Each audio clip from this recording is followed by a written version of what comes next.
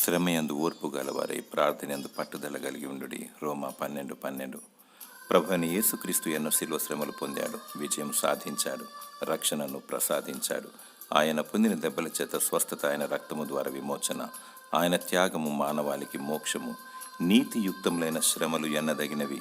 మహాశ్రమలో పాలివారు కాకుండా నిమిత్తము దినదినము ప్రభువును వెంబడిస్తూ ఆయన నామములో శ్రమలను అనుభవించాలి. శ్రమ ఓర్పును, ఓర్పు పరీక్ష నిరీక్షణను కలుగజేయును. ఓర్పు కలిగి ఉండాలి, అంతం వరకు సహించాలి. నీతి న్యాయం కొరకు పాటుపడాలి. నిరీక్షణ పొందుకొనుటకు, నిత్యరాజ్యం చేరుటకు పట్టుదలతో ప్రార్థించాలి. ఇరుకులో విశాలత కలుగుటకు కన్నీటితో ప్రార్థన చేయాలి. నశించుచున్న ఆత్మల కోసం దేవుని ఎదుట రోధించాలి. శ్రమలు యందు అతిశయిస్తూ దేవుని స్తుతిస్తూ ఉండాలి. దేవుడు నీకు ఓర్పును, విజయమును, నిరీక్షణను దయచేయునుగాక. ఆమేన్.